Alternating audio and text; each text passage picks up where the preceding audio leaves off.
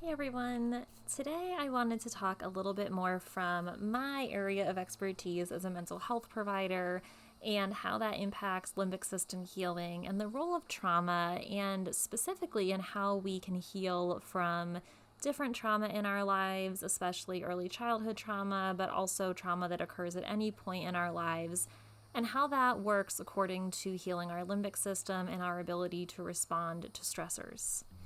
So, healing from childhood trauma or any early life trauma and limbic system dysregulation involves kind of this combination of being aware of ourself, taking care of ourself, seeking professional support when needed. So, therapy is really big here. You want to make sure that, especially if you are unpacking bigger, more complex traumas that have a potential to set you back or make you feel unsafe, you want to engage with a fully licensed, qualified therapist, and especially seek one out who specializes in emotional regulation and trauma, maybe EMDR, complex kind of cognitive behavior therapy work, somatic experiencing, IFS, internal family system, which we're going to talk a little bit about today. You need to be doing this work one-on-one, especially for intensive traumas, because just working through something on your own and online, you may not be diving in safely. You may reach a state of dissociation or bringing up feelings of being unsafe. And so just for safety, you want to make sure that you're engaging with a therapist if you're getting into deeper work. If you're already doing some of that work and you want more of a deep dive, videos like this where you're learning about different types of how to process your trauma or engage with your inner child, along with some IFS work, which we're going to talk about today, can be a great adjunct. Mindfulness and meditation, a lot of that we do on this channel already. We're practicing mindfulness skills, we're increasing our self-awareness, we're learning how to regulate our emotions and our nervous system, and we are developing a sense of inner peace and a safe space we can return to if we're dealing with difficult emotions. We want to have a deep resource of emotional regulation skills. We want to be working on our deep breathing, our grounding techniques, our muscle relaxation, our visualizations regularly so that we have a safe place to go and we can regulate our emotions when we're dealing with these heavier topics related to trauma. And we want to establish and maintain healthy boundaries in relationships and in our existing world to protect ourselves from further harm and promote emotional safety and a healthy support network to deal with what we might be uncovering. Above a lot of other things, we want to have self-compassion. We want to cultivate understanding and hold space for ourselves, treat ourselves with kindness and understanding and acceptance, and really hold space that we're dealing with some complex emotions here. Diving into creative expression like art, writing, music, or dance allows us to sometimes get emotions out that we might not be able to verbalize. Physical activity like walking, yoga, tai chi, dancing, anything to release pent-up tension from that bottom-up approach where maybe we can't always put it into words. Having support, educating ourselves about trauma and the limbic system and how they relate to the other issues we're dealing with, journaling, and again, always reaching out for that added layer of professional support in your area if you need it. Remember that even though I am a licensed therapist in a few states, I am not a licensed therapist in all states. I am not serving as your therapist in this journey. Psychology Today is a great resource where you can find therapists in your state that take your insurance, and you can get some help that way.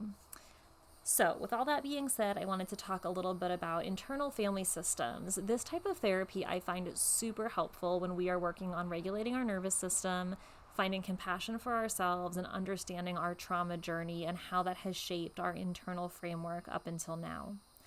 IFS conceptualizes the mind as made up of various parts with each of its own unique characteristics and functions. And a lot of this we're going to look at from the framework of childhood trauma, but this could be trauma that formed at any time. There is usually kind of this core sense of self underlying all of these parts, and then kind of the innocent inner child or the innocent sense of self that is kind of at the core and the other parts are trying to protect. So first we talk a lot about exiled parts. These are the parts of the self that have experienced the intense pain or trauma and have been kind of pushed away or suppressed or pushed down in order to cope and survive. So some examples you may hear or conceptualize in your own life are the wounded child, the abandoned child, or the shamed child. And these parts often have really deep emotional wounds that can manifest as intense feelings of sadness, fear, or shame. Next, we have the protectors. The protector parts are parts of our psyche or self that have emerged as a defense mechanism to shield those exiled parts from further harm. So we might have the inner critic, the perfectionist, or the caretaker. And these parts initially develop to keep us safe, but they become very rigid or overbearing, and they can actually make us feel worse over time or hinder our healing and growth. We may also see manager parts. These are responsible for organizing and controlling our external environment to prevent the activation of these wounds or exiled parts. So the overachiever, the controller, the planner, the micromanager. And these parts strive for control, and they might prioritize productivity, being a workaholic, and efficiency over recognizing emotions. We also see firefighter parts. Firefighter parts are the nickname of parts that emerge in response to overwhelming emotions or distressful situations. They seek to just distract or numb out from the pain. So this comes out in addictive behaviors, maybe compulsive behaviors, compulsive eating or gambling or drugs or alcohol or self-harm. I always give an example that if a firefighter sees a kitchen fire and just pours the hose on your whole house because they don't want to deal with that trauma of that one fire, they don't know how to react. These parts are overreacting to just shove down all that emotion because they think they're protecting us. They do provide temporary relief, but they perpetuate cycles of avoidance and self-destructive behaviors. The goal in IFS is to cultivate a healthy adult self, a higher realized self. And this is going to serve as the core or center of our well-being. And the qualities that we're looking at are compassion and wisdom and self-awareness. We want to have a connection with this healthy adult self and have compassionate leadership and guidance to help all of the parts assimilate and facilitate healing and integration. So these examples kind of illustrate how different parts might emerge in response to trauma, and their purpose is to cope and protect and manage overwhelming emotions. In a book, there's actually a book called No Bad Parts, and really that's the goal here is we're not villainizing these parts. None of them came about with negative intentions, but we have to learn how to talk to them and control them and respond to them so we can understand and heal and integrate the parts rather than have them kind of crop up in unhealthy ways and take over. We want to have harmony and wholeness. So some of the tools that we use would be part mapping. We journal, we take some time to reflect on a difficult situation and write down the emotions and thoughts and sensations that we're noticing.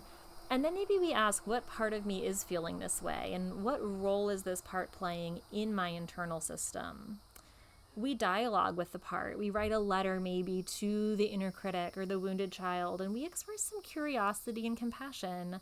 You know, like, what are you trying to protect me from? What do you need in order to feel safe and heard? Maybe create a list of different parts you've noticed within yourself and write a little description of its characteristics and its triggers and its behaviors. And write how each part kind of contributes to this internal system. And then work on having compassion. Write about the emotions that come up when we think about that part and have some compassion. Write about how we respond when that part is being overreactive. And then imagine maybe if we had a meeting with all these different parts. Who would you invite? Which part would have what job? How do we discuss what our common goals and values are? And maybe gently offer some critiques or criticism for the parts that are not serving our highest good at this point. So a way that we can do this is, do some grounding exercises, feel very safe, make sure that we are making these lists of the different parts, we're understanding their role, and we want to describe the parts, we want to understand them, we want to hold space for them, notice their needs, notice their intentions, and then hold deep compassion. Maybe recognize, I remember when I first had this thought or this behavior first cropped up. And I do remember the trauma I was going through at that time, so I know why that firefighter part stepped forward and tried to shove that emotion down. But right now I'm in a safer place, right? Using that limbic system language, like amygdala, you can calm down, nervous system, you can regulate. I no longer need that firefighter part to come forward and put out that emotion. I no longer need that inner critic to make me feel badly every time I feel that feeling. So how do I work on integrating and harmonizing the parts? Open communication, cooperation, and collaboration within yourself rather than compartmentalizing. We don't want to feel like every part is just on its own journey, playing tug of war for control. So just so we can understand a little bit better, I wanted to make a list of some of the most common in IFS parts that we hear about in different books and different workshops. Protectors, they take on the role of protecting you from harm or pain. The wounded child, the part of you that holds on to past hurts and traumas that we feel like we need to protect. The inner critic, constantly criticizing and judging and holding on to some of these negative words others may have spoken to you that we've internalized. The nurturer, offering comfort and care and support maybe to yourself and others. The perfectionist, striving to be perfect and overly critical. The saboteur, undermining your efforts and successes, self-sabotaging out of fear or doubt or uncertainty. The people pleaser, seeking validation and approval from others by accommodating their needs over your own. The controller, trying to maintain control over everything and feeling like emotions just get in the way, not wanting to feel vulnerable. The skeptic, doubting yourself and others out of fear or hurt, just not wanting to be disappointed. The free spirit, embracing spontaneity and creativity and adventure and just seeking joy and fulfillment. Maybe the lost child, feeling disconnected, abandoned, or detached, withdrawing or isolating, not wanting to give anyone the chance to abandon you or disappoint you. Maybe the dreamer, envisioning possibilities and aspirations. The rebel, resisting authority and societal norms, wanting to show that you're independent. The wise sage, this deep part of yourself, offering guidance and wisdom and perspective. The seeker, looking for meaning and purpose and fulfillment. Maybe the empath, where you have learned to feel deeply attuned to others' emotions. This might have started as a survival mechanism, but how can that be healthy for us as we journey on through life? Feeling that sense of being a warrior, being able to confront challenges and adversity because you've had to develop courage and strength and determination and resilience. The inner healer, your ability to facilitate emotional healing and growth, nurture your inner strength and wholeness. And then maybe the connector, fostering connection and belonging with others and sense of community. So this is just an example of how these parts can be both viewed positive and negative, but we need a mix of all of them, and they develop for different reasons. I like to look a lot at, this is a newer form of therapy, but it links back a lot to Carl Jung and the theory of archetypes. Carolyn Myss often is an author that I think can align with some of these as well. They're not directly related to IFS, but I think we draw a lot from these works when we talk about IFS and we do parts mapping. So Carl Jung talked about the shadow self, the hidden or unconscious aspect of ourself. This contains our repressed emotions, desires, and traits that maybe society or the conscious mind deems unacceptable. So in IFS, this might relate to exiled parts that we've disowned or suppressed due to shame or trauma. Brene Brown talks a lot about shame and its role in mental health. The persona, according to Jung, refers to the social mask or the facade that we present to the world to conceal deeper aspects of our shadow selves. So this might relate in IFS to protector parts. They want to maintain this image or protect ourselves from being harmed or judged by others. The anima and animus from Jung, the feminine aspects within the male psyche and the masculine aspects within the female psyche, this unconscious influence of gender dynamics. So in IFS, we may look at this as different parts of our internal system that feel the need to have different energies to be protected or nourished. Carolyn Myss also refers a lot to like the deeper inner child, the wounded child, the magical child, the orphan child. We can see this in IFS with exiled or wounded parts that we carry on from childhood. And Carolyn Myss also talks a lot about the victim, this tendency to perceive yourself as powerless or oppressed, leading to feelings of martyrdom or self-pity or self-sabotage. So in IFS, we can see that we carry these feelings of vulnerability and helplessness, and how do we overcome that and regain a sense of autonomy over our own life? We also see the saboteur in a couple of these different embodiments.